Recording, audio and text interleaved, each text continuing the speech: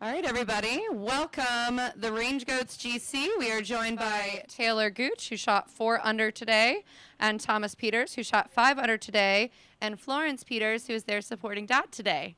Welcome. You guys each tell me a little bit about your round today and what it was like out there. Taylor, start with you. Yeah, I mean, it was a good day. This golf course is not as easy as what Cam just made it look. There's some tricky pins out there and some uncomfortable tee balls, and it was a blast as it was in Australia playing with TP and HV, and HV didn't have the best finish, but until the last few holes, we were kind of feeding off each other all day, so it was fun out there, and TP played great and made a great putt the last to beat me. But the good thing is Harold was in last of the three of us, so he owes dinner. Thomas, tell us about your round. Yeah, I played really well. I think my game's coming around, which is nice, is positive for me. And yeah, it was fun playing with all three of us when we saw the draw. It was we had such a good time in Australia playing together. It's so relaxed. Obviously, Harold keeps us relaxed, even down those last 3 holes. When he's hitting shots everywhere, he's still laughing. So, yeah, I'm pleased with today. Yeah. Does it really change the dynamic for you guys playing out there with your teammates? Does it have a different feel than a normal competition day when you're playing with a mixed bag of guys? Yes and no. I mean, we're still out there busting our butts trying to shoot the lowest score that we can, but in between shots there's just probably a little bit more chatter than on a normal round, which is fun, and getting to see Flo out there is always fun too. That's great. And then I will kick it over to Mike. Well, I was gonna ask, you got one team at the top, you guys are together too. I assume there's some substantial benefits to playing together, and you can see that today. What do you think the main benefit is, Thomas? One for the fans. If you like the Range Goats, you can see 3 at a time. Yeah, and for us, I think it's a little bit more relaxed, obviously. And when you have age in your group, it multiplies by 10, the relaxed mood, whatever. It's just funny. I mean, we were all making putts. I think we're all 3, 4, and 5 under at one point, and yeah, it's a shame Harold didn't finish it, but that's fine. He'll get back tomorrow. Yeah. Taylor, so you played here last year. You were actually the Torquay captain. Can you just kind of talk us through what it's like to come back here? It's such a different thing for you now. You've won 3 times. You're on a different team. Can it just take us through the comparison to last year to this year? Well, first off, it's a little bit more enjoyable spending time with you guys this year than maybe last year. When we showed up here last year, we didn't know exactly what to expect. And there was definitely some questions, some uncomfortable, never played the golf course. Do we register? All the little things that we're so accustomed to in professional golf, we didn't know what to expect. And there's just so much more comfort this year. We know what to expect. Everyone is confident with where things are and where things are going. And, it's nice to really get back to we're competing out here, and this is about showing up and trying to win a golf tournament. And there's not as much hoopla with stuff outside of golf. So for me, and I can speak on behalf of all the players, it's nice that a year later we're here strictly business, playing golf, and not dealing with a bunch of other stuff that comes with it. And you were one of just 9 guys that finished under par last year. You talked about the course a little bit. Did you find it, though, easier than last year?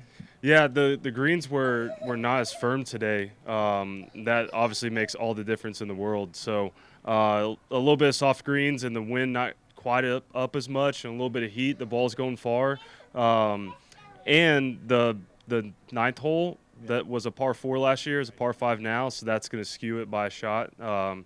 So, yeah, it was an easier golf course today, but that could change really quickly out here. Just one last question from me.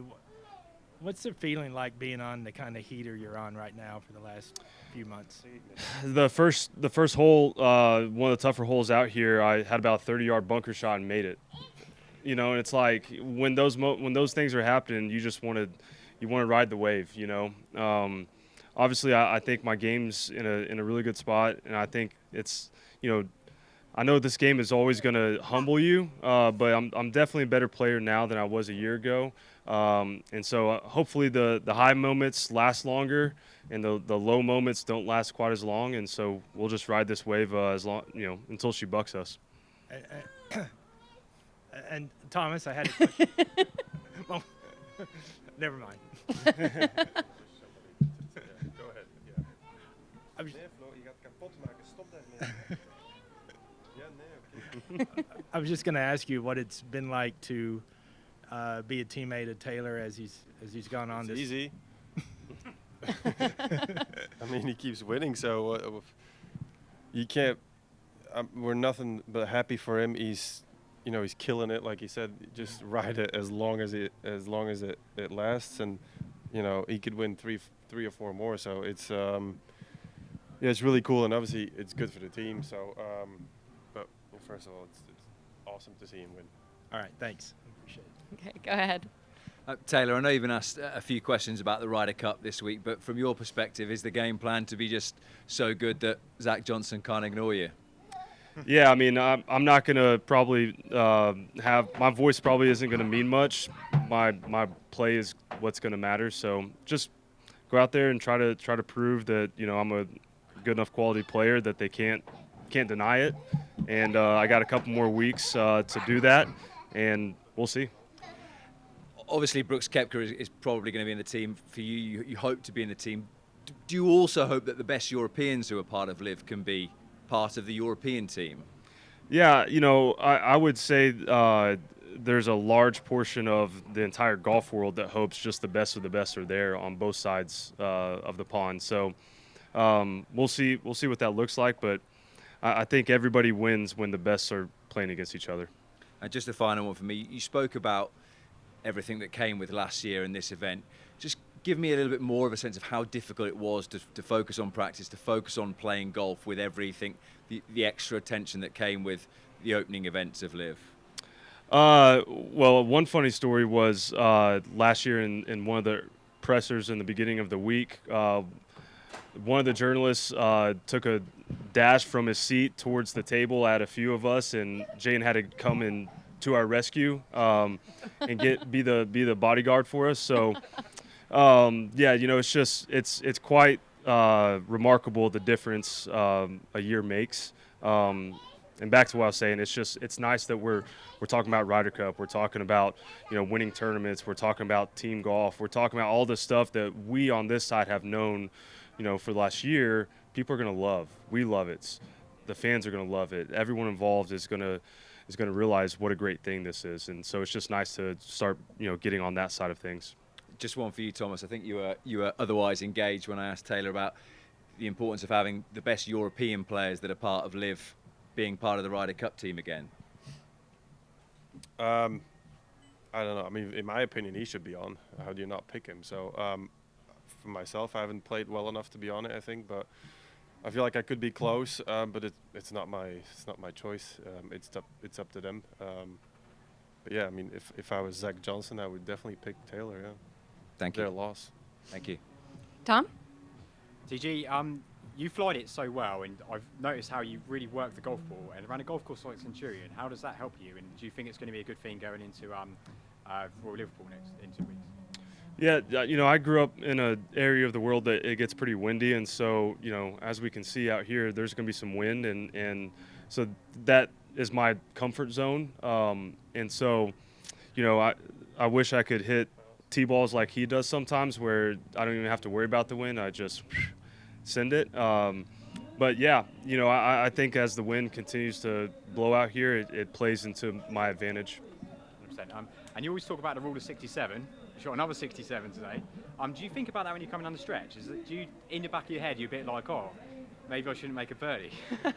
No, not at all. I mean, I'm so in the moment. You know, I always joke with my caddy, if I didn't have the scorecard, the little section to keep my own score, I would forget my scores at times. So I have I guess you would say a quiet mind out there that I'm not thinking about outcomes, results, all that. I'm just trying to hit the next fairway, next green.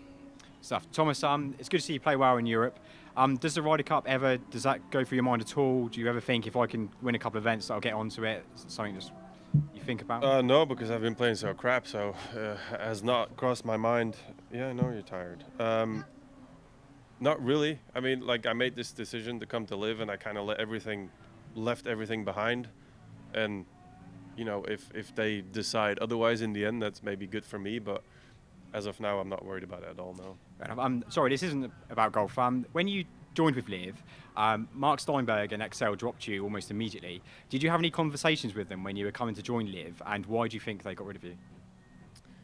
I'm not going to comment on that. Fair enough. Thank you. Thanks. Go for it. Just a question for Taylor.